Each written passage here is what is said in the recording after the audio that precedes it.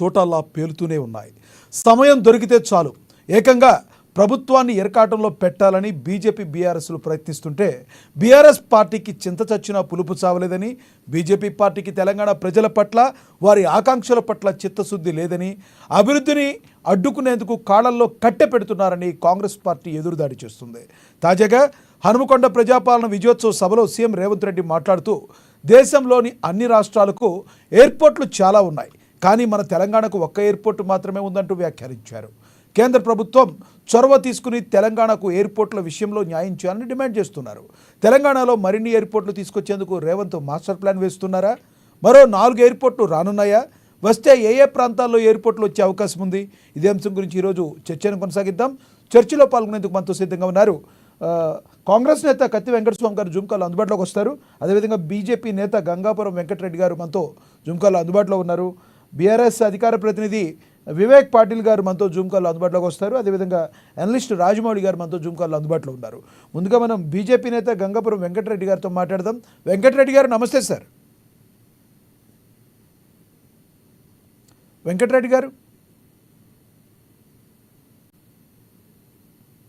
చెప్పండి, వాయిస్ రావడం లేదా? ఎస్, వినబడుతుంది. వెంకటరెడ్డి గారు, నిన్న రేవంత్ రెడ్డి గారు మాట్లాడిన మాటలు మీరు చూసే ఉంటారు.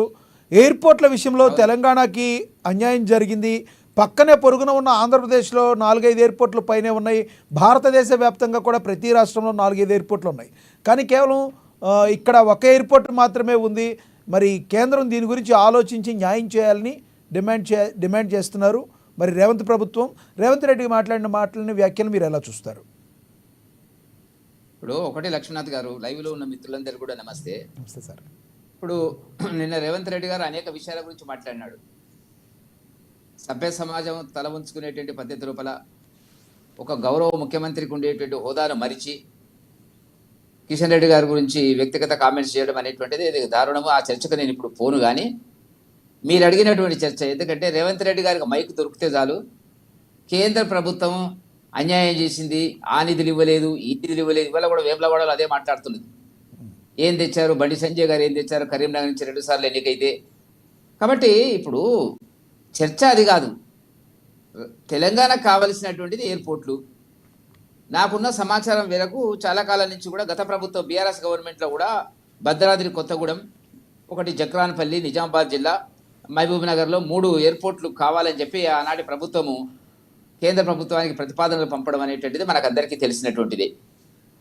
ఆ తర్వాత కాంగ్రెస్ గవర్నమెంట్ వచ్చిన తర్వాత కూడా అదే పద్ధతిలో ప్రతిపాదనలు పంపినప్పటికీ ఒక 3 ఎయిర్పోర్ట్లు తిరిగి వాటిని రివైవ్ చేయాలా అంటే వాటిలో కొంత కార్యక్రమాలు జరుగుతున్నాయి, అక్కడికి ఆగిపోయినట్టుగా ఉంది. కాబట్టి దాంట్లో ఒకటి వరంగల్, బసంతనగర్, పెద్దపల్లి, ఆదిలాబాదు, వీటిని రివైవ్ చేయాలి. ఈ 3టిని నేను ఇంతకుముందు చెప్పిన 3 ఏమో కొత్తగా ప్రారంభించాలనేటువంటిది, వీటిని రివైవ్ చేయాలా, యాక్టివిటీస్ ప్రారంభించాలనేటువంటిది.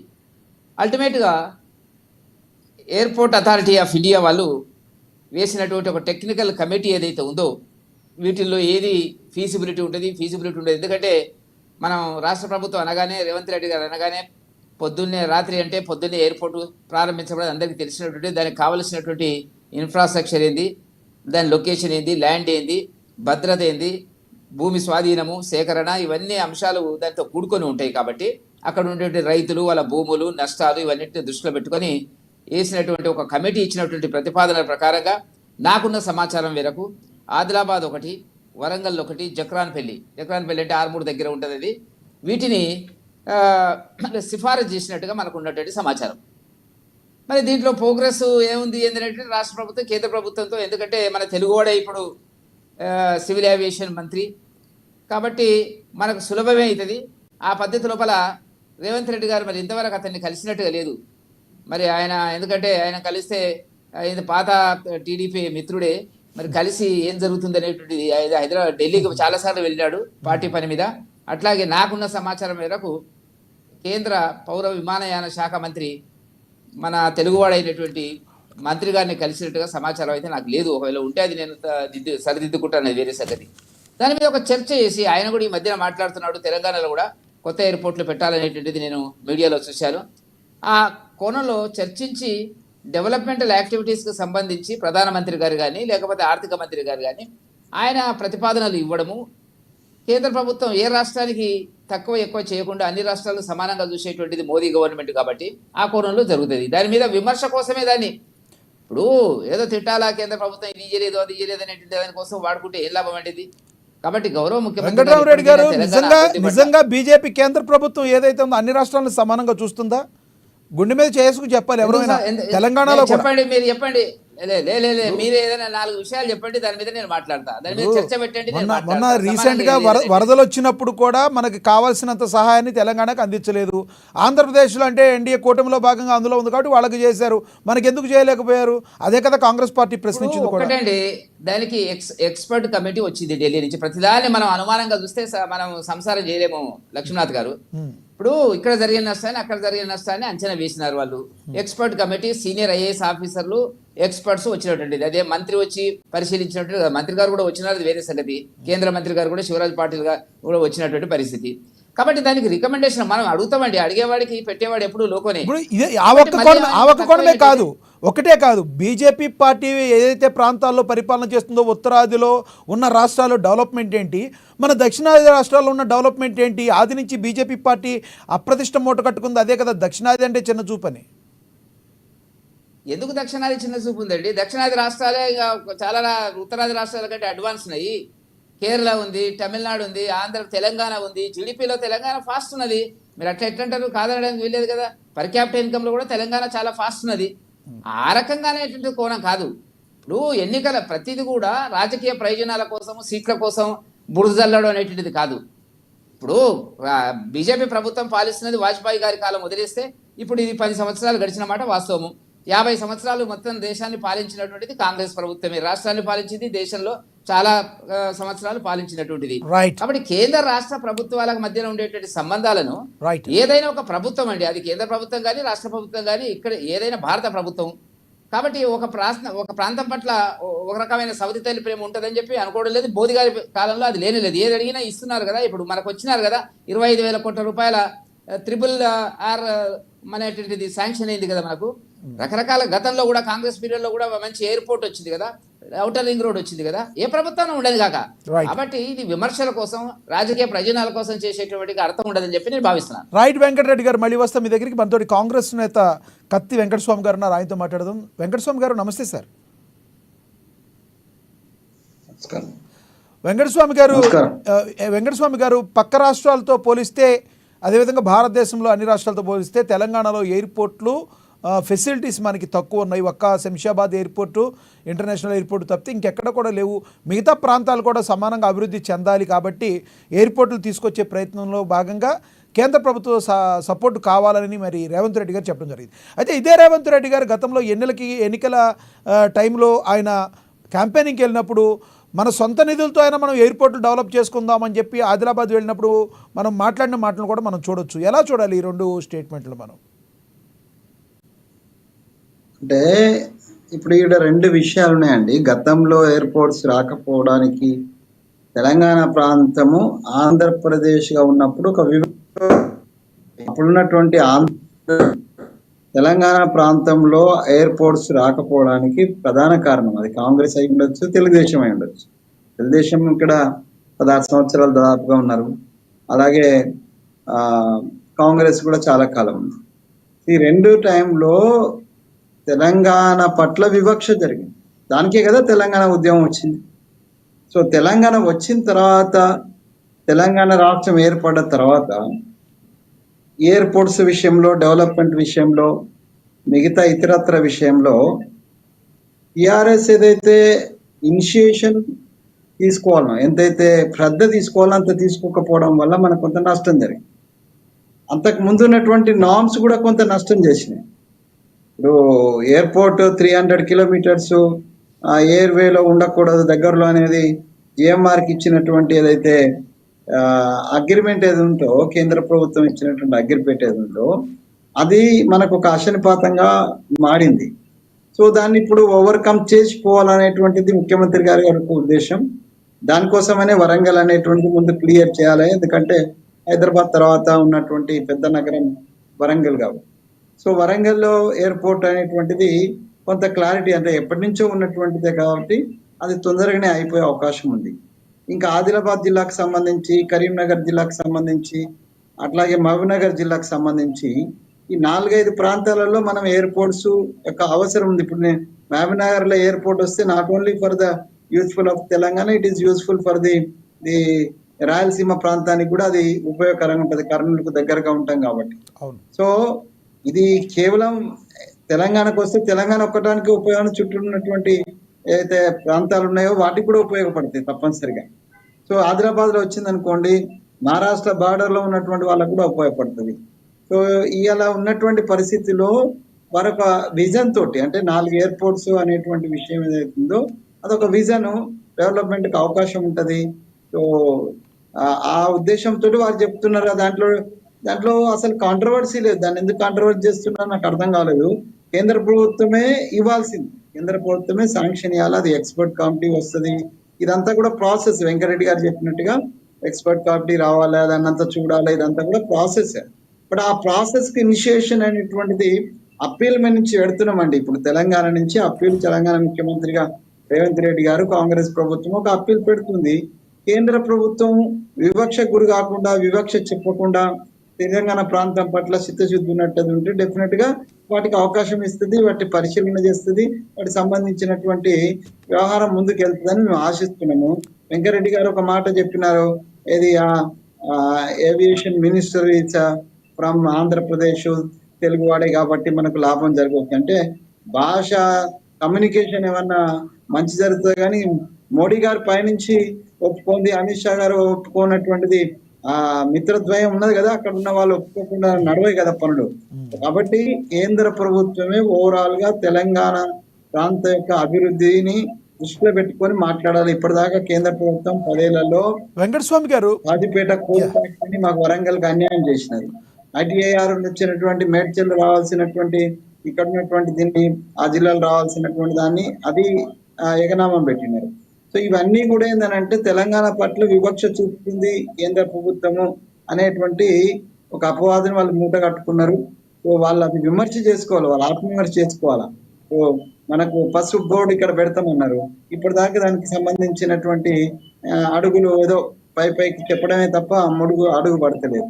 సో తెలంగాణకి ఏవేవైతే ఇస్తామన్నారో, గిరిజన యూనివర్సిటీ కావచ్చు, ఉప్పు ఫ్యాక్టరీ కావచ్చు, లేకపోతే కోచ్ ఫ్యాక్టరీ కావచ్చు, లేకపోతే పసుపు బోర్డు కావచ్చు, ఇవన్నిట్ల విషయంలో అది మీరు జాప్యం అంటారా, లేకపోతే దానికి సంబంధించిన ఇష్టం లేక జరిగిందంటారా, లేకపోతే ఇక్కడ ఉన్న రాష్ట్ర ప్రభుత్వం సహకరించలేదని, ఇవన్నీ ఒకసారి మర్చిపోదాం. ఇప్పుడు కొత్తగా అక్కడ ప్రభుత్వం వచ్చింది, కొత్తగా ఇక్కడ ప్రభుత్వం వచ్చింది. మేము మా ముఖ్యమంత్రి గారు, మేము మా ప్రభుత్వము కేంద్రానికి మేము అప్పీల్ చేస్తున్నాము అభివృద్ధి విషయంలో, ఇది కావాలని మేము అడుగుతున్నాము. సో ఇప్పటిదాకా ఉన్నటువంటి విభజన హామీలకు సంబంధించి కూడా మేము అడుగుతున్నాము. వాటి విషయంలో పాజిటివ్ గా స్పందించినట్టు ఉంటే తెలంగాణ ప్రాంత ప్రజలు కూడా వాళ్ళను అప్రిషియేట్ చేస్తారు, వాళ్ళకు ఆధారంగా నిలబడేటువంటి అవకాశం ఉంటుంది. వెంకటస్వామి గారు, బీజేపీ పార్టీకి తెలంగాణ ప్రజల పట్ల, బీఆర్ఎస్ పార్టీకి, బీజేపీ పార్టీకి తెలంగాణ ప్రజల పట్ల, వారి ఆకాంక్షల పట్ల చిత్తశుద్ధి లేదని, అభివృద్ధిని అడ్డుకుంటుంటే ఎందుకు కాళ్ళల్లో కట్టె పెడుతున్నారని రేవంత్ రెడ్డి గారు అన్న మాటని ఎలా చూస్తారు మీరు? ఇప్పుడు 2 అంశాలు. భారతీయ జనతా పార్టీ యొక్క అగ్ర నాయకత్వానికి, లోకల్ నాయకత్వంని నేనేమో తప్పుపడతలేదు. తెలంగాణ ప్రజల పట్ల వాళ్ళ కమిట్మెంట్ ను, వాళ్ళకు ఉన్నటువంటి దాన్ని నేనేం తప్పుపడతలేను. కానీ మోడీ అనేటువంటి మహానుభావుడికి తెలంగాణ ఏర్పాటు పట్ల కానీ, తెలంగాణ ప్రజల పట్ల కానీ ఆయనకు సానుకూలత లేదు. ఇది అనేక సందర్భాల్లో యాదృచ్ఛికంగానే, ఇన్సిడెంటల్లీ ఆర్ యాక్సిడెంటల్లీ ఈ స్ప్రెడ్ అవుట్. ఆయన మాట దొరికినటువంటి సందర్భం మనం చూసినాం.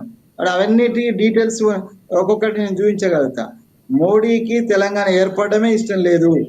ఒకవేళ సోనియా గాంధీ గారు, అప్పుడున్నటువంటి సుష్మా స్వరాజ్ గారి దయ వల్ల మన ముగ్గురమ్మల ముచ్చటైన తెలంగాణ అని నేను ఒక కవిత రాసుకున్నాను.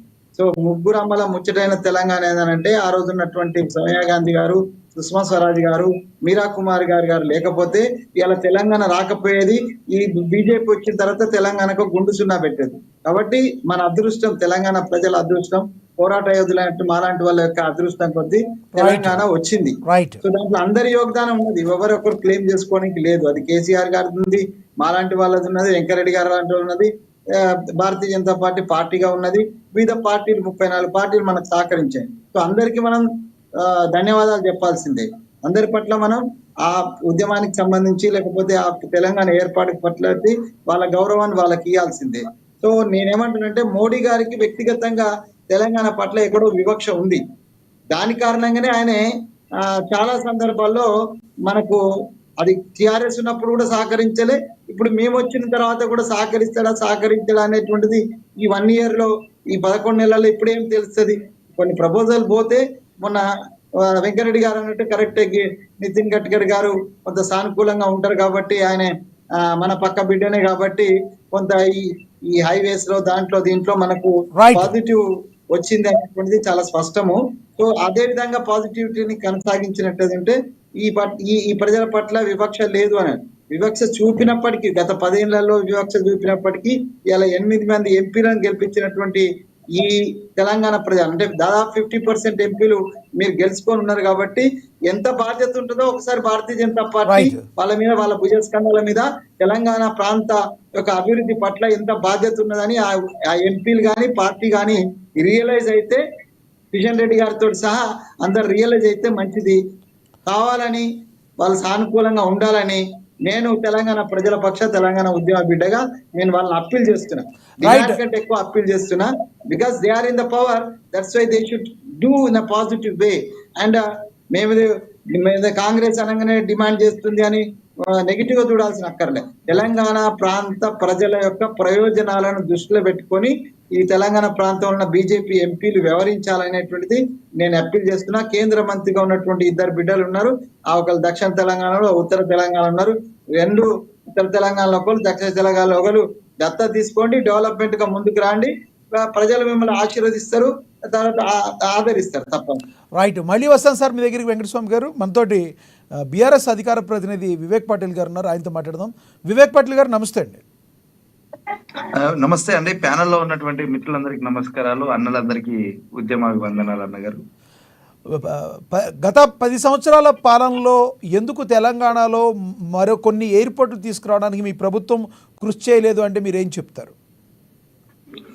ఈరోజు ఆనాటి కేంద్ర మంత్రిగా ఉన్నటువంటి అశోక్ గజపతి రాజు గారు, ఇదే ఇదే ఇదే ఆంధ్రప్రదేశ్ చెందినటువంటి టీడీపీ మిత్రులు అశోక్ గజపతి రాజు గారు కేంద్ర పౌర విమాన శాఖ మంత్రిగా ఉన్నప్పుడు ఎయిర్పోర్ట్ అథారిటీ ఆఫ్ ఇండియా గారితో కలిసి చేసుకున్నటువంటి ఒప్పందం ప్రకారమే ఇప్పుడు మీరు ఏదైతే వరంగల్ జిల్లాలో మమనూరులో మీరు ఏర్పాటు చేయబోతున్నామని చెప్పి కాంగ్రెస్ పార్టీ చెప్తా ఉంది కదా, దానికి సంబంధించినటువంటి అగ్రిమెంట్లను మేము మా ప్రభుత్వ హయాంలోనే మేము చేసుకున్నాము. ఆదిలాబాద్, నిజామాబాద్ జిల్లా జక్రాన్పల్లి, భద్రాద్రి కొత్తగూడెం జిల్లాల పాల్వంచల, మా పెద్దపల్లి జిల్లా బసంత్ నగర్ల, అదేవిధంగా మహబూబ్ నగర్ జిల్లా దేవరకద్రల ఏదైతే ప్రాంతీయ విమానయాన అనుసంధాన పథకం ఉడాన్ స్కీమ్ కింద ఏదైతే భారత కేంద్ర ప్రభుత్వం ఉడాన్ స్కీమ్ ద్వారా ప్రాంతీయ విమానయాన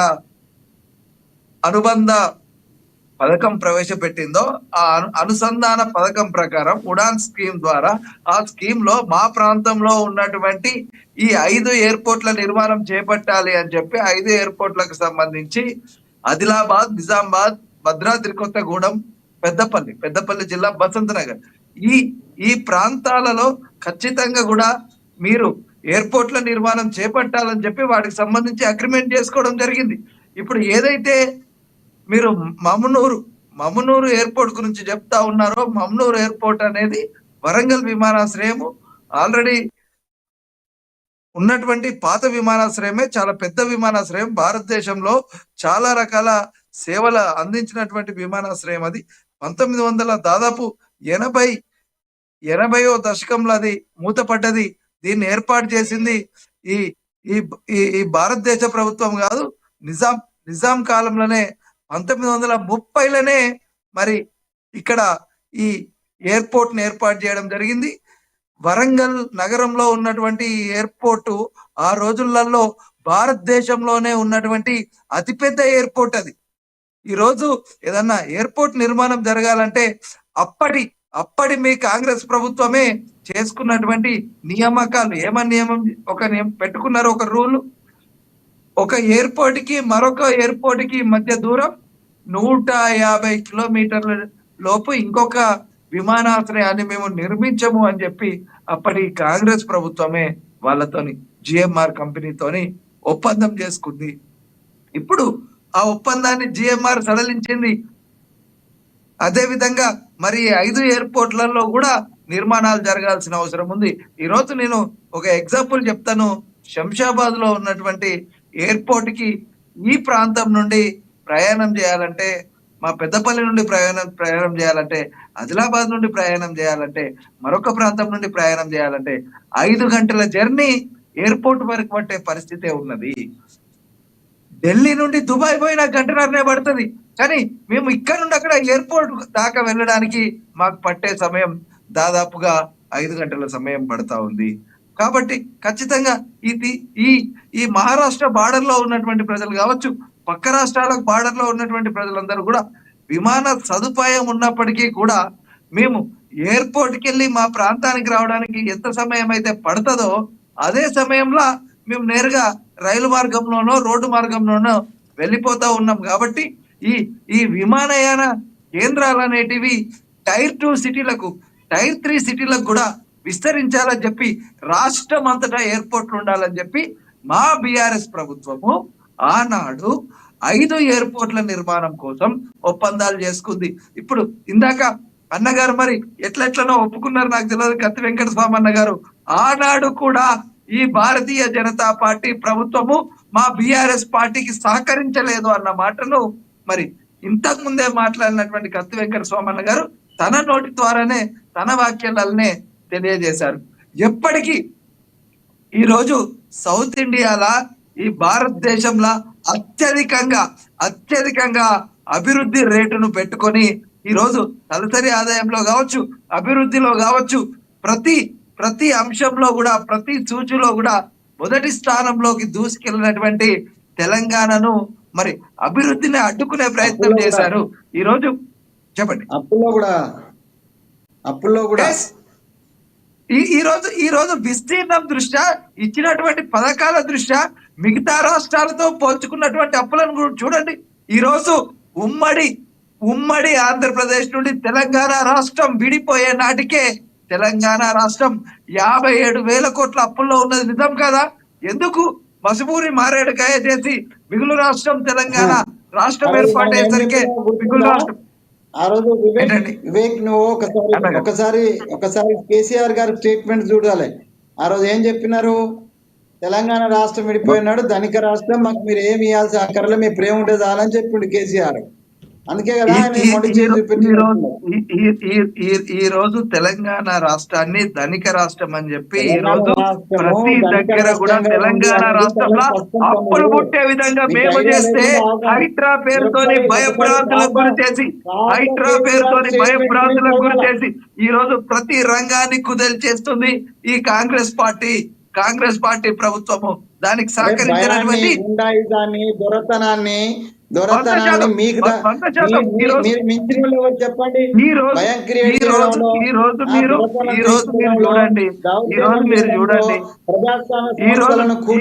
రైతులకు రైతు బంధు రానటువంటి పరిస్థితి, ఈ రోజు రైతులకు రైతు భరోసా రానటువంటి పరిస్థితి. మీరు డిసెంబర్ 9 తారీఖు మీరు చేస్తా అన్నారు రైతు రుణమాఫీ.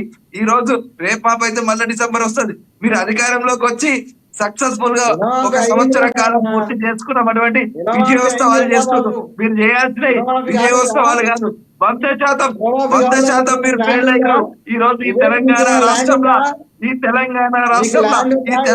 రాష్ట్రాన్ని అభివృద్ధి పరిచే విషయంలో 100% కాంగ్రెస్ పార్టీ అనేది ఫెయిల్ అయింది. ఏదైతే మీరు 6 పథకాలు అమలు చేస్తా అన్నారో ఆ 6 పథకాలు అమలు చేయడంలో కూడా ఈ రోజు కాంగ్రెస్ ప్రభుత్వం ఫెయిల్ అయింది. ఈ రోజు అన్నటువంటి ఆ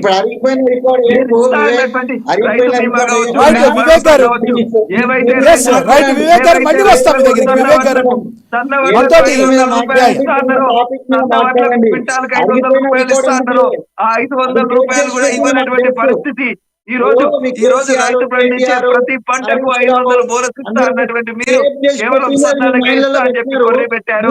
ఆ సన్నాలకు కూడా ఇవ్వనటువంటి పరిస్థితి ఉంది.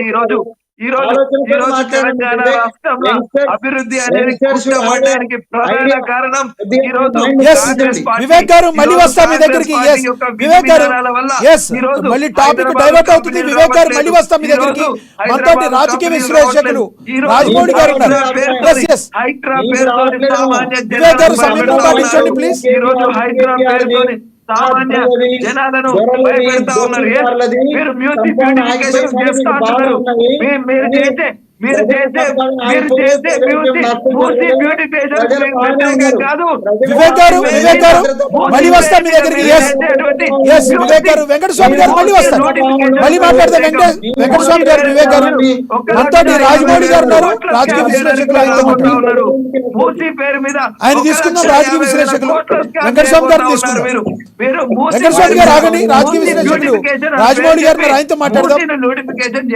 మూసీని నోటిఫికేషన్ చేయబోతా ఉన్నారు. వివేక్ గారు, మూసీ yes, వివేక్ గారు, పేరు మీద, దయచేసి. మూసీ సుందరీకరణ పేరు మీద ఈ రోజు మూసీ సుందరీకరణ పేరు మీద మీరు ఈ రోజు వివేక్ గారు టాపిక్ డైవర్ట్ అవుతుంది. మనతోటి రాజమౌళి గారు ఉన్నారు, రాజకీయ విశ్లేషకులు, ఆయనతో మాట్లాడదాం. రాజమౌళి గారు నమస్తే అండి. నమస్తే. రాజమౌళి గారు, ఏదైతే రేవంత్ రెడ్డి గారు నిన్న మాట్లాడారో మరికొన్ని ఎయిర్పోర్ట్లు రావాల్సిన అవసరం ఉంది మన తెలంగాణలో, కేంద్ర ప్రభుత్వం సపోర్ట్ చేయాల్సిన అవసరం ఉందని మాట్లాడి మీరు ఎలా చూస్తారు ప్లీజ్? మిత్రుడు అక్కడ ఉన్న మిత్రులకి లాజిక్ మర్చిపోతున్నారు. మీరు ప్రజలు వినరు. ఇట్లా ఒకరికొకరు అరుచుకుంటే వింటారని అనుకుంటున్నారా? కేసీఆర్ కొంచెం విజ్ఞతతో ప్రవర్తించండి. పాయింట్ టు పాయింట్ మాట్లాడండి. ఇది నా విజ్ఞప్తి. అందరూ పెద్దవాళ్ళే మాట్లాడుతున్నది ఎయిర్పోర్ట్ గురించి, కొట్లాడుకుంటున్నది ఈ పార్టీ ఎంత నా పార్టీ ఎంత అంటే వాట్ ఈస్ దిస్ లాజిక్? విషయం ఏంటంటే హైదరాబాద్ ఎయిర్పోర్ట్ చాలా అద్భుతంగా, దానికి తెలంగాణకి మళ్ళీ ఎయిర్పోర్ట్ కావాలి సబ్జెక్ట్ అంటున్నారు. రేవంత్ రెడ్డి అన్నారు, రేవంత్ రెడ్డి గురించి మాట్లాడాలి, ఎయిర్పోర్ట్ గురించి మాట్లాడాలి. దీనికి మోడీకి సంబంధం ఉన్నది. ఆ మిత్రుడు కొంచెం ఆలోచించుకోవాలి.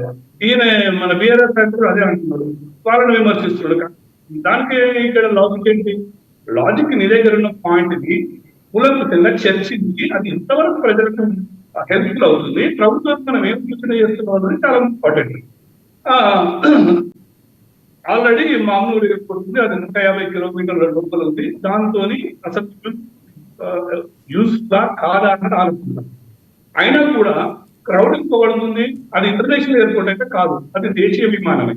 దేశీయ విమానంతో హైదరాబాద్ రావాలంటే మనకు ఎయిర్పోర్ట్ నుంచి రావాలంటే ఎంత టైం పడుతుంది? అంటే ముందు 1 గంట ఉండాలి, తర్వాత 1 గంట, మళ్ళీ సిటీ కూడా 1 గంట, వెరసి 5-6 గంటలు. ఇట్లాంటి దీని గురించి ఆలోచించాలి. అదే కార్ మార్గం రోడ్డు మార్గం వస్తే 2 గంటలు హైదరాబాద్. కానీ గవర్నమెంట్ ఇనిషియల్ స్టెప్ తీసుకుంది, దాన్ని డెవలప్ చేయాలని మనం స్వాగతిద్దాం. ఇంకోటి కార్గో విషయంలో కూడా బాగా పనికొస్తుంది, అట్లా కూడా మనం దాన్ని వాడుకోవచ్చు. రెండోది వసంత నగర్ అక్కడ ఇంతకుముందు సిమెంట్ ఫ్యాక్టరీ ఉండే, దాని నుంచి యూస్ఫుల్ ఉండే, అది కూడా ప్రభుత్వం ఆలోచించాలి. ఇవి ఆలోచించాల్సింది పోయి మనం దానికి ఏం ఫీజిబిలిటీ ఉన్నాయి అక్కడ అసలు డిస్కషన్ చేసే ముందు కనీసం ఎయిర్పోర్ట్ సందర్శించడం, లేదంటే కనీసం లెక్చరల్ ఇవాళ ఇన్ఫర్మేషన్ తీసుకొని మాట్లాడాలి. అది పక్కన పెట్టేసి మనం వేరే విషయం దారి తప్పుకోవాలని కొంచెం విజ్ఞతకు మాట్లాడాలి. ఇంకా వెంకటరెడ్డి గారు కూడా మాట్లాడారు. వాళ్ళు సంక్షిప్తంగా 4 మాటలు మాట్లాడేసరికి వాళ్ళు విరమిస్తున్నారు. ఆయన కూడా దృష్టి పెట్టుకోవాలి. అసలు ఈ ఎయిర్పోర్ట్ లో సంగతి ఏంటన్నది ఏదైనా ఇన్ఫర్మేషన్ తో మాట్లాడండి తప్ప వేరే రైట్ మీరు పాయింట్ చెప్పండి సార్, పాయింట్ చెప్పండి ప్లీజ్. అంతే, నేను సలహా ఒకటే, పాయింట్ మాట్లాడాలి. ఇప్పుడు అభివృద్ధిని అడ్డుకునేందుకు బీఆర్ఎస్ బీజేపీ అడ్డుకునేందుకు కాళ్ళల్లో కట్టి పెడుతున్నారని మాట్లాడిన రేవంత్ రెడ్డి గారి వ్యాఖ్యలు మీరు ఎలా చూస్తారు? అదే ఇప్పుడు చెప్తున్నా కదా, రేవంత్ రెడ్డి గారు కొత్తగా ముఖ్యమంత్రి అయ్యింది. ఆయన ఏం చేయాలో అర్థం పడుతుంది. ఇటు బీఆర్ఎస్ వాళ్ళు ఎప్పుడు వీళ్ళ మీద విమర్శిస్తాడు, బీజేపీ మీద విమర్శిస్తాడు. చేసే పని చక్కగా చేయాలి. ఇప్పుడు ఈయన చేతులు అయితే ఎయిర్పోర్ట్ చేయాల్సింది లేదు. ఆయన ఫైల్ మాత్రం తీసుకుంటే వాళ్ళ ముందు పెట్టడం మాత్రమే ఆయనకు వస్తుంది. అంతే తప్ప ఆయన సొంతంగా ఎయిర్పోర్ట్ కంటే కెపాసిటీ లేదు ఆయనకి. కాకపోతే ఏంటంటే ఇప్పుడు వరంగల్ వెళ్ళి కాబట్టి అక్కడ ఉంటే 4 గంటలు మాట్లాడాలి. ఇగో నేను వేములాడ సంగతి చూడమను, ఆయన వేములాడ సంగతి మాట్లాడము. వేములాడ గుడి పోయాడు, ఆ గుళ్ళో జరుగుతున్న అభివృద్ధి గురించి మాట్లాడమని, డెవలప్మెంట్ మాట్లాడాలని అది పక్కన పెట్టేసేసి ఏదో అంటే అక్కడ పోయినాం కాబట్టి అక్కడ విషయాలు 4 మాట్లాడి అప్పటి మనం తప్పించుకునే కార్యక్రమం వారు చేస్తున్నారు. ఇది కాదు, తెలంగాణకు డెవలప్మెంట్ ఎట్లా చేయాలి అది ఆలోచన. ఇప్పుడు వరంగల్ పోయి ఎయిర్పోర్ట్ గురించి మాట్లాడారు, మరి ఇప్పుడు వెములవాడకు వచ్చి ఏం మాట్లాడారంటే తెలియదు, అప్డేట్ లేదు. దానికి అది గుడి, ఇక్కడ గుడి పోయింది కాబట్టి గుడికి సంబంధించి మాట్లాడాలి, అక్కడ ఉన్న ఫెసిలిటీస్ గురించి మాట్లాడాలి. అది అంతే తప్ప బీఆర్ఎస్ ని ఇప్పుడు ఆయన బీఆర్ఎస్ విమర్శించినా వచ్చేది ఏం లేదు, బీజేపీని ఆడిపోతున్నా వచ్చేది ఏం లేదు. ముందు కాంగ్రెస్ పార్టీగా పెద్దగా ముఖ్యమంత్రిగా ఆయన ఏం చేస్తున్నది ప్లీజ్. రైట్ రైట్ వెంకటరెడ్డి గారు ప్లీజ్. వెంకటరెడ్డి గారు వస్తుందా, నా వాయిస్ వస్తుందా? వస్తుంది, ప్లీజ్ కంటిన్యూ. ఇప్పుడు మిత్రులు వెంకటస్వామి గారు, కత్తి వెంకటస్వామి గారు, డాక్టర్ కత్తి వెంకటస్వామి గారు మాట్లాడింది ఒకటి రెండింటికి నేను సమాధానం చెప్పాలి. ఎందుకంటే కత్తి వెంకటస్వామి గారు మేము జేఏసీలో కలిసి తెలంగాణ సాధించే వరకు కూడా 2014 వరకు కూడా ఉద్యమాలు చేసి సాధించినటువంటి ఘనత మాకు ఉన్నటువంటి చరిత్ర. ఇప్పుడు వారు మాట్లాడితే ఏమన్నారు, మోదీ గారు తెలంగాణ ఎప్పుడు కూడా వ్యతిరేకి అనేటువంటి ఒక సహజ సిద్ధమైన కాంగ్రెస్ నాయకులు ఎప్పుడు వచ్చినా కూడా మాట్లాడేటువంటి దాన్ని మేము తీవ్రంగా ఖండిస్తున్నాం. ఎందుకంటే ఆనాడు బీజేపీ పార్టీకి ఉండేటువంటి మెజారిటీ తెలుసు. పార్లమెంటులో మొదలు బిల్లు పెట్టే ముందు మేము ఆ రోజు జయపాల్ రెడ్డి గారి దగ్గరికి వెళ్ళాం, వెంకటస్వామి గారు ఉన్నారు. జయపాల్ రెడ్డి గారు స్థానికంగా అక్కడ ఢిల్లీలో బీజేపీ నాయకులతోని ఒక అండర్స్టాండింగ్ లో, అంటే ఏమిటి, ల్యాబింగ్ చేయడం మొదలు పెట్టాడు. మాకు చెప్పినాడు, మీరు ఉన్నారు, వెంకటస్వామి గారు కూడా రోజు ఉన్నారు మేము వెళ్ళినప్పుడు. ఆ ల్యాబింగ్ లో సుష్మా స్వరాజ్ గారిని సంప్రదించి మేము బిల్లు పెడతాము, సోనియా గాంధీ గారు బిల్లు పెడతామంటున్నారు, మరి మీరు చివరికి వచ్చినప్పటికీ దాన్ని అంగీకరిస్తారా లేదా వ్యతిరేకిస్తారా అనేటువంటి అనుమానాలు ఉంటాయి, కాబట్టి మీరు అంగీకరిస్తేనే మేము బిల్లు పెడతాం అనేటువంటిది. కాబట్టి ఆనాడు భారతీయ జనతా పార్టీ ఒకవేళ పార్లమెంట్ లో వ్యతిరేకించేటట్టయితే బిల్లు పెట్టేది కాదు, ఇలా తెలంగాణ వచ్చేది కాదు. కాంగ్రెస్ ఎంత ఇవ్వాలనుకున్నా కూడా వెంకరెడ్డి గారు ఆ మాట చెప్పిన కదా, సుష్మా స్వరాజ్ గారు ముగ్గురమ్మల ముచ్చట తెలంగాణ అన్న కదా. ఇప్పుడు మీరు వినండి, మోదీ చెప్పింది, మోదీ లేరు, మోదీ ఆ రోజు పార్లమెంట్ లో లేరు, మోదీ ఆ రోజు పార్లమెంట్ లో లేరు. నన్ను చెప్పని, నేను మీరు మాట్లాడుతున్నప్పుడు నేను మాట్లాడలే కదా, నన్ను చెప్పని వెంకటస్వామి గారు, పిల్లల్ని చంపి తల్లిని బయటికి తీసుకురు అనేటువంటి పద్ధతిలో, తల్లిని చంపి పిల్లల్ని బయటికి తీసుకున్నారు అనేటువంటి మోదీ వాడిండు అనేటువంటి చెప్తున్నారు. కాంగ్రెస్ ఆనాడు విభజన చట్టంలో ఉండేటువంటి అనేక లోపభూయిష్టమైనటువంటి అంశాలు, ముఖ్యంగా ఖమ్మానికి సంబంధించినటువంటి 7 మండలాలు కానీ ఇతరత్ర కానీ కేటాయింపులు కానీ సీట్ల పెంపు కానీ స్పష్టత ఇవ్వలేదు. స్పష్టత ఇవ్వకపోయినటువంటి పరిస్థితి లోపల ఆ కోణంలో ఆయన మాట్లాడలేదు తప్ప అతను తెలంగాణకు వ్యతిరేకం అనేటువంటి దాన్ని భారతీయ జనతా పార్టీ తీవ్రంగా చేసినటువంటి ఆరోపణలను ఖండిస్తున్నది. ఒకటి. రెండవది, ఎయిర్పోర్ట్లకు వచ్చేటప్పటికి, ఎయిర్పోర్ట్ ఒకటి లక్ష్మీనాథ్ గారు, హైదరాబాద్ నుంచి 2.5 గంటల లోపల కార్లో ఇవాళ రోడ్లన్నీ బ్రహ్మాండంగా వచ్చినాయి. కార్లలో మనం ప్రయాణం చేస్తే ఆల్మోస్ట్ 90% ఒక ఆదిలాబాద్ తప్ప 2.5-3 గంటల లోపల వరంగల్ లాంటి పట్టణాన్ని కూడా 2.5 గంటల లోపల చేరుకునేటువంటి బై రోడ్డు ద్వారా చేరుకునేటువంటి అవకాశం వచ్చింది.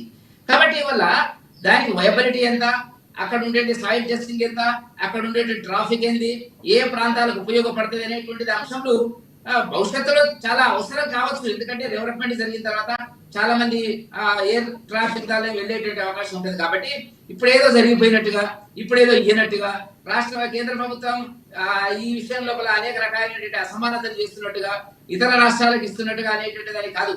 హైదరాబాద్ ఉండే ప్రత్యేకత అంతేనండి. మాది హైదరాబాద్ మొత్తం 150 కిలోమీటర్లు. ఇప్పుడు RRR వచ్చింది అనుకోండి, RRR వస్తే ఆల్మోస్ట్ హైదరాబాద్ తెలంగాణ అనేటువంటి పరిస్థితి వల్ల ఏర్పడేటువంటి ఉంది. కాబట్టి అయినా కూడా తెలంగాణకు ఎయిర్పోర్ట్ రావద్దని మేము అనడం లేదు, రావాలా, అదొక విమర్శ కింద తీసుకొని రేవంత్ రెడ్డి గారు మాట్లాడడం అనేటువంటిది హాస్యాస్పదం అని చెప్పి మేము భావిస్తున్నాం. టిఆర్ఎస్ మిత్రులు మాట్లాడుతున్నారు. టిఆర్ఎస్ మిత్రులు కేంద్ర రాష్ట్ర ప్రభుత్వాలకు ఒక సబ్జెక్ట్, ఒక ట్రైనింగ్ ఇవ్వాలి. వాళ్ళకి అసలు ఎంతసేపు ఏంటంటే ఏదో ఒక ప్రభుత్వాన్ని, కేంద్ర ప్రభుత్వాన్ని తిట్టాలా, లేకపోతే రాష్ట్ర కాంగ్రెస్ తిట్టాలా, తిరిగితే మన ఓట్లు పడతాయి అనేటువంటి పద్ధతిలో వాళ్ళు ఉన్నారు. వాళ్ళకి ప్రజలు బుద్ధి చెప్పినారు. సరే, కొంతకాలం రెస్ట్ తీసుకొని మళ్ళీ ప్రజలకు వచ్చేటువంటి అవకాశాలు ఉంటే రండి, ప్రజలు ఆదరిస్తే మళ్ళీ మీరు ఏమైనా అవకాశాలు వస్తే బీజేపీ ఆహ్వానిస్తుందా? బీజేపీ బీఆర్ఎస్ ను ఆహ్వానిస్తుందా? శత్రువుకి శత్రువు మిత్రుడు అనే కోణంలో ఏమన్నా కలిసి వర్క్ చేసే అవకాశం ఉందా? మాకు కలిసి పనిచేయాల్సినటువంటిది కాంగ్రెస్ తో కలిసి పనిచేస్తారు వాళ్ళు. ఇప్పుడు వాళ్ళు పాపము వెంటిలేటర్ మీద ఉన్నారు.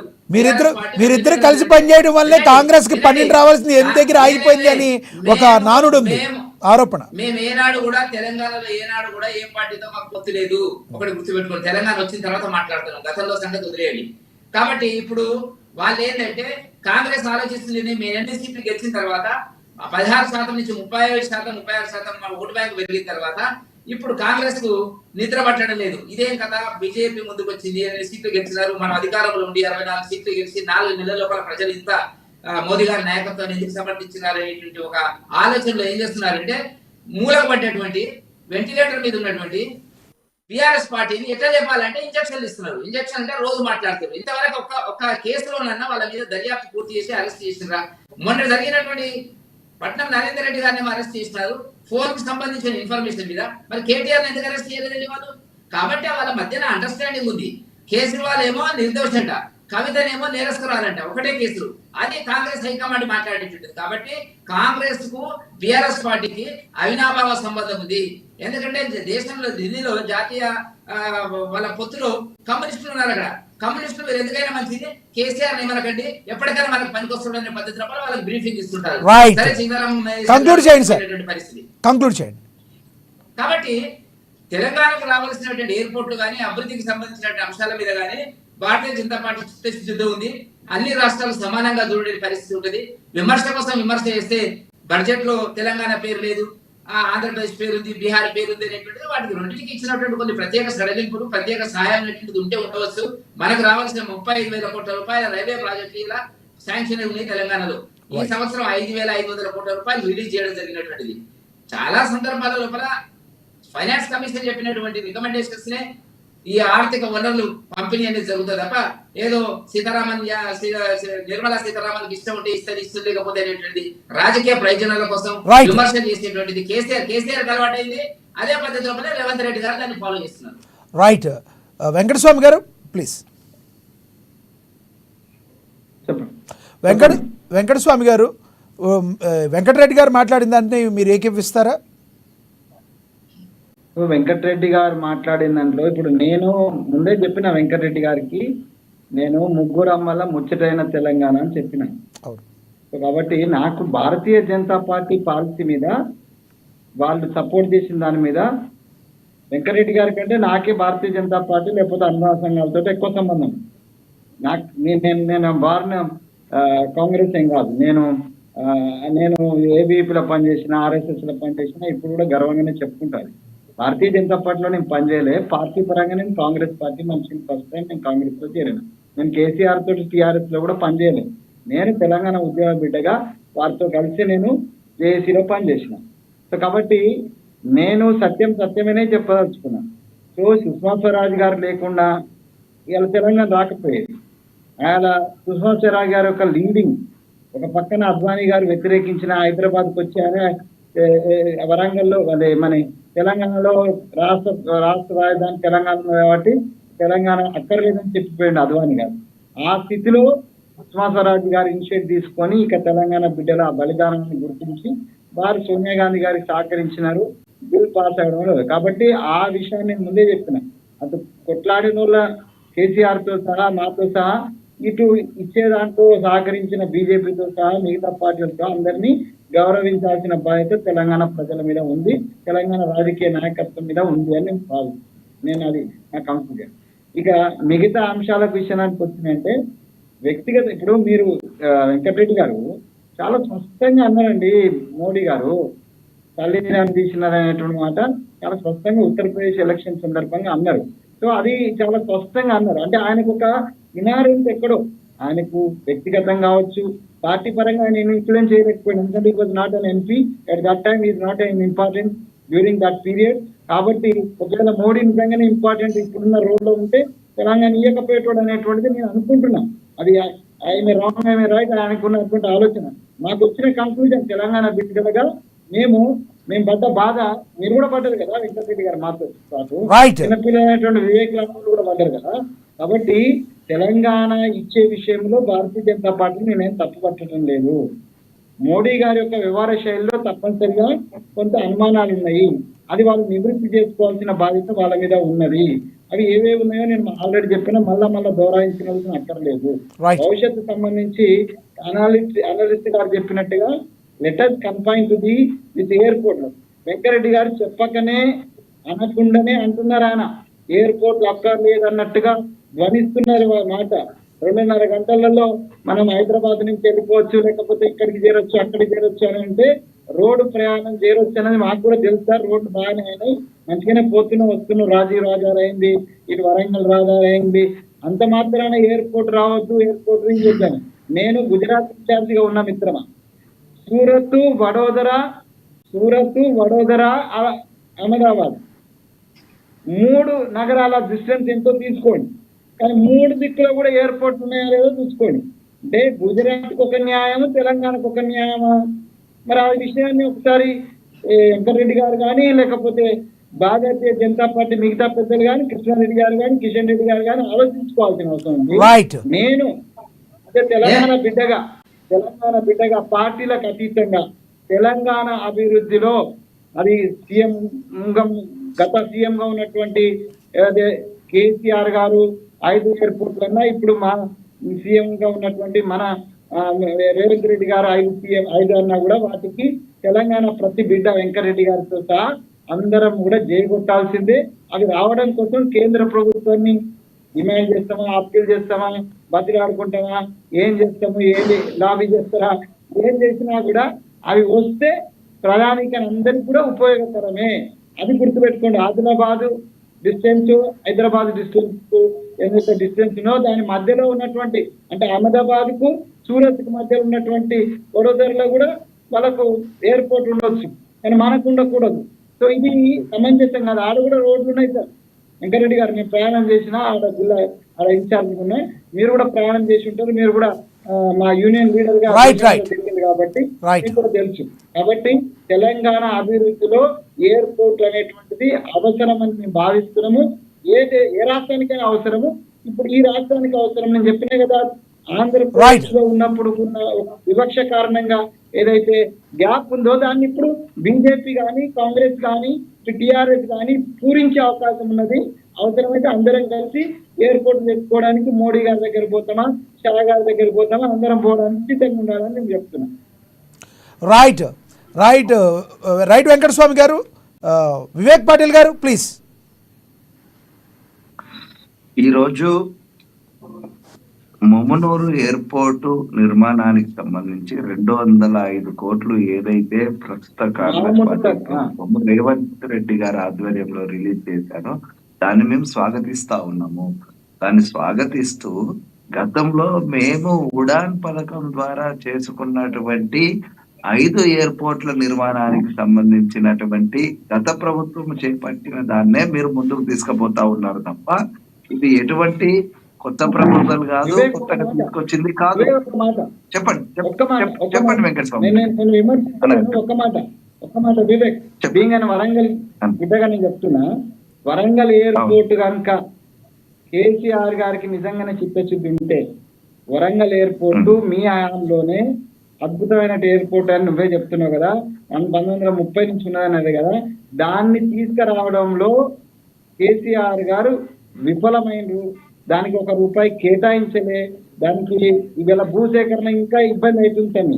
అప్పుడున్న రేట్ల కంటే మీరే చెప్తున్నారు కదా, తెలంగాణ కేసీఆర్ వచ్చిన తర్వాత రేట్లు పెరిగినాయి, భూముల రేట్లు పెంచినాం మేము అని చెప్తున్నారు కదా.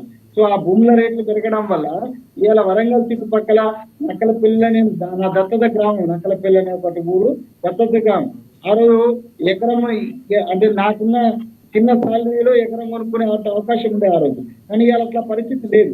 కాబట్టి 10 సంవత్సరాల క్రితమే ఇనిషియేటివ్ తీసుకుంటే ఇవాళ 2వ ఎయిర్పోర్ట్ గా డెఫినెట్ గా వరంగల్ ఉండేస్తాం. మేము వరంగల్ బిడ్డలుగా మాకు హక్కుని మేము అడుగుతున్నాం.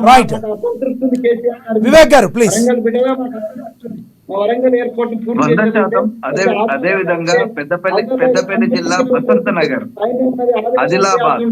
ఆదిలాబాద్ తో పాటు నిజామాబాద్ కొత్తగూడెం దగ్గర ఉన్నటువంటి పాల్వంచ 5 ప్రాంతాల్లో కూడా ఎయిర్పోర్ట్లు రావాల్సినటువంటి అవసరం ఉంది. ఈ రోజు ఆంధ్ర రాష్ట్రంలో, ఈ రోజు ఆంధ్రప్రదేశ్ లో చాలా చోట్ల విమానాశ్రయాలు ఉన్నాయి.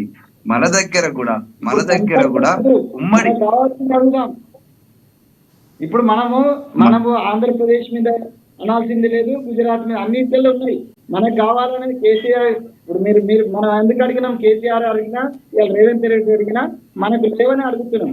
మేమేంటంటే ఆయన ఇంకొద్ది ఎఫర్ట్ పెట్టినట్టుంటే ఆదిలాబాద్ లేదు, వరంగల్ లేదు. ఆయన ఇప్పుడు మించిపోయింది ఏం లేదు. ఇప్పుడు ఉన్నటువంటి కేంద్ర ప్రభుత్వం మీద తప్పనిసరిగా 8 మంది ఎంపీలు మనతో కలిసి రావాలా. మాకు 8 మంది ఉన్నారు, మీకు 8 మంది, వాళ్ళకి 8 మంది ఉన్నారు, ఇంకొక ఆయన 17 ఆయన అసెంబ్లీని వహిస్తున్నాడు.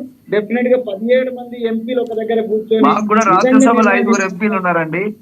మాకు కూడా రాజ్యసభలో ఈరోజు 5 ఎంపీలు ఉన్నారు. మా ఎంపీలు కూడా అదే మొత్తం 20 వివేక్ పాటిల్ గారు, రాజకీయాలకు అతీతంగా, రాజకీయ పార్టీలకు అతీతంగా అందరూ తెలంగాణ గొంతుకై ఎత్తి వాడికి కావాలని చెప్తున్నారు. పార్టీలకు అది చెప్తున్నారు. అతీతంగా ఈ తెలంగాణ ప్రాంతంలో ఉన్నటువంటి ప్రజాప్రతినిధులుగా ఈ ప్రాంతపు హక్కుల కోసం, ఇక్కడ రావాల్సినటువంటి మౌలిక సౌకర్యాల కోసం, ఈ తెలంగాణ రాష్ట్రం యొక్క అభివృద్ధి కోసం, ఇక్కడి ప్రజాప్రతినిధులందరూ కూడా కలిసి రావాల్సిన అవసరం ఉంది. ఇక్కడ ఉన్న సమస్యల మీద లక్ష్మీనాథ్ గారు సార్ చెప్పండి. లక్ష్మీనాథ్ గారు, ఇప్పుడు మిత్రులు విజ్ఞులు అంతా తెలిసినటువంటి వెంకటస్వామి గారు మాటి మాటికి మోదీ వ్యతిరేకము తెలంగాణకు అనేటువంటి మాట అర్థరహితమైనటువంటిది. ఆ మాటకు వస్తే మేము అనాలనా? రేవంత్ రెడ్డి గారు ఉద్యమకారుడు, మొదటి వరుసలో తెలంగాణ కోసం ఉద్యమం చేసిండు అనేది అది చర్చ కాదు. వల్ల పార్టీ నిర్ణయించింది. భారతీయ జనతా పార్టీ తెలంగాణ కోసం రైట్ పోరాడింది. తెలంగాణ వచ్చింది. తెలంగాణ పట్ల ఎవరికి వివక్ష, మోదీ గారికి వివక్ష లేదు. అది గుర్తుపెట్టుకోవాల్సినటువంటి అంశం. నెంబర్ 1. నెంబర్ 2,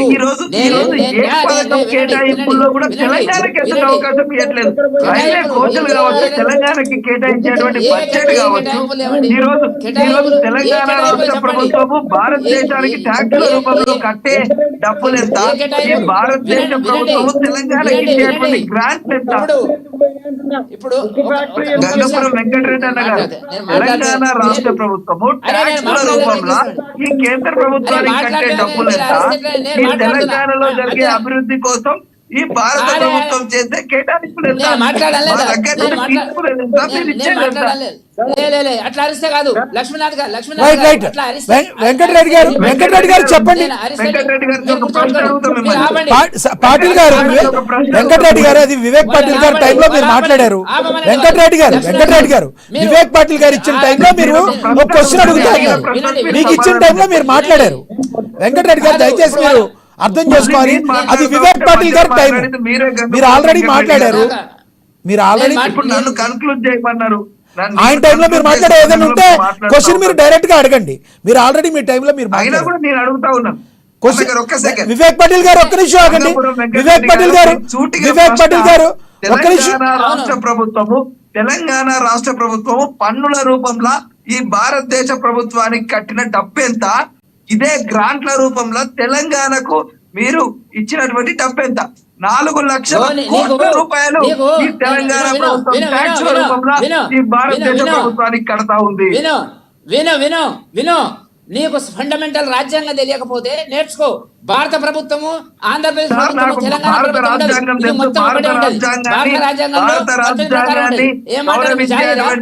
తెలంగాణ కేసీఆర్ జాగిరా అట్లా ఉండదు. పద్ధతి ప్రకారం మాట్లాడట్లేదు. భారతదేశ ప్రభుత్వానికి తెలంగాణ రాష్ట్ర పన్నుల రూపంలో కట్టినటువంటి డబ్బులు ఎంత? మీరు తిరిగి మా తెలంగాణ రాష్ట్ర అభివృద్ధి కోసం మీరు ఇచ్చినటువంటి డబ్బులు ఎంత చెప్పండి.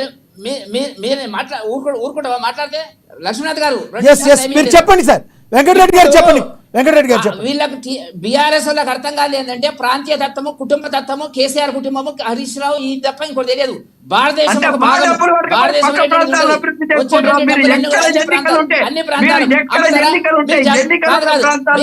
అన్ని ఖర్చు పెడతా ఉన్నారు. పూర్తి స్థాయిలో మీ యొక్క అధికారాన్ని కాపాడుకోవడానికి మీరు చేస్తా ఉన్నారు. ప్రతి రాష్ట్రంలో అధికారం పొందడానికి ఎక్కడ ఎన్నికలుంటే అక్కడ మీరు బడ్జెట్ ఇస్తారు. మొన్న ఎక్కడిచ్చారు బడ్జెట్? బీహార్ రాష్ట్రానికి ఇచ్చారు. ఆంధ్రప్రదేశ్ కు బడ్జెట్ కేటాయింపులు చేశారు. తెలంగాణకి ఎందుకు కేటాయింపులు చేయలేదు? సమయం తక్కువ ఉంది. కంక్లూడ్ చేయండి. రాజమౌళి గారి దగ్గరికి వెళ్ళాలి. కంక్లూడ్ చేయండి. వివేక్ గారు ప్లీజ్. వివేక్ గారు కంక్లూడ్ చేయండి. ఈ రోజు తెలంగాణ ప్రాంతంలో ఉన్నటువంటి బీజేపీ ఎంపీలు పూర్తి స్థాయిలో ప్రతి ఒక్క కార్యక్రమానికి ప్రతి ఒక్క పథకానికి బాధ్యత వహించాల్సిన అవసరం ఉంది. ఎందుకంటే కేంద్రం నుండి తెలంగాణకు పథకాలు తీసుకురావడంలో పూర్తి స్థాయిలో బీజేపీ ఎంపీలు విఫలమయ్యారు. అందులో 2 కేంద్ర మంత్రులు ఉన్నారు బీజేపీ తరఫున, Right. కిషన్ రెడ్డి గారు, అదే right right right topic divert అవుతుంది. వివేక్ పటేల్ గారు ప్లీజ్, టాపిక్ డైవర్ట్ అవుతుంది. 8 మంది మంత్రులు ఫెయిల్యూర్ రైట్ రైట్ భాగమే ఈ రోజు తెలంగాణకు కేంద్ర ప్రభుత్వాలు రాకపోవడం అని. రైట్ రాజమౌళి గారు ప్లీజ్ కంక్లూడ్ చేయండి ప్లీజ్. రాజమౌళి గారు. మిత్రుడు మళ్ళీ అంటే అక్కడ రాజకీయ పార్టీలు వచ్చినాయి, అక్కడ నుంచి అందరూ ఒకే దానికి ప్రయాణిస్తున్నారు కాబట్టి వాళ్ళకు చెప్పి కూడా వేస్తే పాయింట్ ఏంటంటే విమానాశ్రయాలు తెలంగాణకు లాభం వెళ్తున్నారు. ఎప్పుడు కూడా విమానాశ్రయం ముద్దు అని అనుకుంటే నడడం ఇక్కడ ఎవరైనా, ఎందుకంటే మామూలు అయినా, వసంత నగర్ అయినా, జక్రాంత్ అయినా, కొత్తగూడెం అయినా విమానాశ్రయాలు ఉంటే మంచిదే. దాంతో ఉపాధి జరుగుతుంది, అభివృద్ధి జరుగుతుంది. అది పాయింట్. దానికి ఫీజిబిలిటీ చెప్తానని మనం డిస్కస్ చేయాలి. అంతేగాని ఈ చెత్త రాజకీయాల గురించి ఎక్కడ పడిన అక్కడ ఈ కుటుంబ రాజకీయాల గురించి మనం ఇంపార్టెంట్ కాదు. ఇక్కడ రేవంత్ రెడ్డి ఏమన్నాడు దాని మీద మనం డిస్కస్ చేయాలి. మరి రేవంత్ రెడ్డి నిజంగా ఆయన దగ్గర సోర్సెస్ ఉంటే ఆయన అభివృద్ధి చేస్తే మంచిదే. అప్పుడు కేంద్ర ప్రభుత్వం దగ్గరికి వెళ్ళి వాళ్ళను ఎందుకంటే లక్కీగా మంచి కూడా తెలుగు మాట్లాడే మంత్రి ఉన్నాడు కాబట్టి ఈజీగా కమ్యూనికేషన్ కూడా ఈజీ ఉంటుంది. పోయి దాన్ని వేగవంతం చేస్తే బాగుంటుంది. అట్లా వీళ్ళు ఆలోచించాలి. ఈ ప్రతి వీళ్ళు ఇక్కడ మాట్లాడడం కాదు, వీళ్ళ పార్టీ దగ్గరికి వెళ్ళి వాళ్ళని కూడా తెప్పించి వాళ్ళు చేస్తే తప్పు ఇంకా కాస్త పక్కన పెట్టేసి మనం ఏం ముందుకు నమ్ముతాం. ప్రజలను మనం తప్పుదో పట్టినప్పుడు మంచి పద్ధతి. ఏది ఏమైనా కూడా డెఫినెట్ గా తెలంగాణకి ఎయిర్పోర్ట్ వస్తే సంతోషించే వాళ్ళ ముందుకు బలమందు తెలంగాణ ప్రభుత్వం రైట్ అది దాని గురించి రైట్. ధన్యవాదాలండి రాజమౌళి గారు, చర్చలో పాల్గొన్నందుకు ధన్యవాదాలండి. వెంకటస్వామి గారు ధన్యవాదాలండి. వెంకటరెడ్డి గారు ధన్యవాదాలు. అదేవిధంగా వివేక్ పాటిల్ గారు చర్చలో పాల్గొన్నందుకు. ఏది ఏమైనప్పటికీ కూడా తెలంగాణ వ్యాప్తంగా మొత్తానికి కలిపి ఇప్పటి వరకు ఒకటే ఎయిర్పోర్ట్ ఉంది. మిగతా ఎక్కడైతే కావాల్సి ఉన్నాయో ఎయిర్పోర్టు తెలంగాణ ప్రజలకి అవి రావాల్సిన అవసరం ఉందని చెప్పి సీఎం రేవంత్ రెడ్డి, దానికి సంబంధించి కేంద్ర ప్రభుత్వం కూడా తమ చిత్తశుద్ధిని చాటుకోవాలని చెప్పి మాట్లాడిన మాటల్లో వాస్తవం ఉందంటలో ఎటువంటి సందేహం లేదు.